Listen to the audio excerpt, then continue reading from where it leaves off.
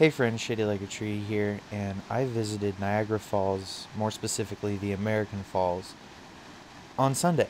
I got there bright and early Sunday morning, and there was almost nobody there, and I had about a half an hour or so just to myself, and to think about things, and think about life, and think about thoughts, and one of the things that kind of came to mind and kind of kept showing up in my mind was, just how powerful water is and how important it is. I know we're seeing a lot of droughts and wildfires out west in California and places like that.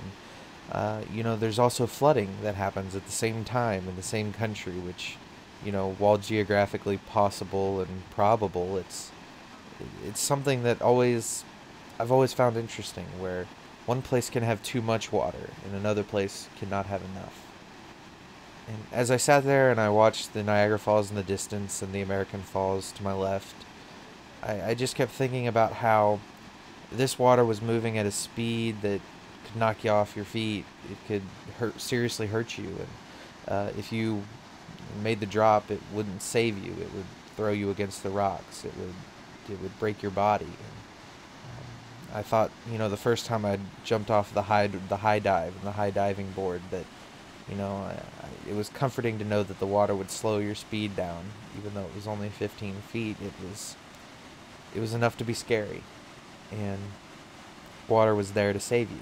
But here it's not, and I think that contrast of the power of water and the power of water in nature is something that we take for granted, and we don't really think about too much, just how powerful water is and truly how important it is, because we do take it for granted.